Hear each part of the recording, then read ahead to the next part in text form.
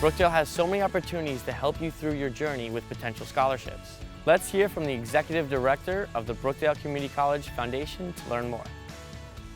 Hi, I'm Tim Zeiss, Executive Director of the Brookdale Community College Foundation. The foundation is a nonprofit organization that's governed by a board of trustees comprised of community and business leaders.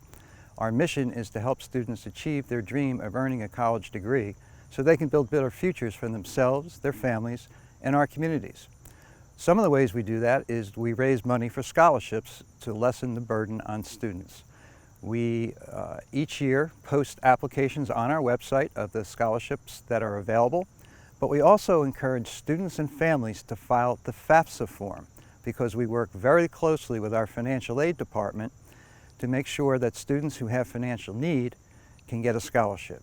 So I encourage everyone to visit the Brookdale Community College Foundation scholarship page, and if you have any questions, you can email Janice Otori at brookdalecc.edu. To get to know some of our other academic institutes and services, be sure to check out our other videos. We look forward to seeing you at our virtual open house, where you can speak to our faculty, deans, and other department representatives in a live Q&A. Thanks for watching, and I hope to see you around campus.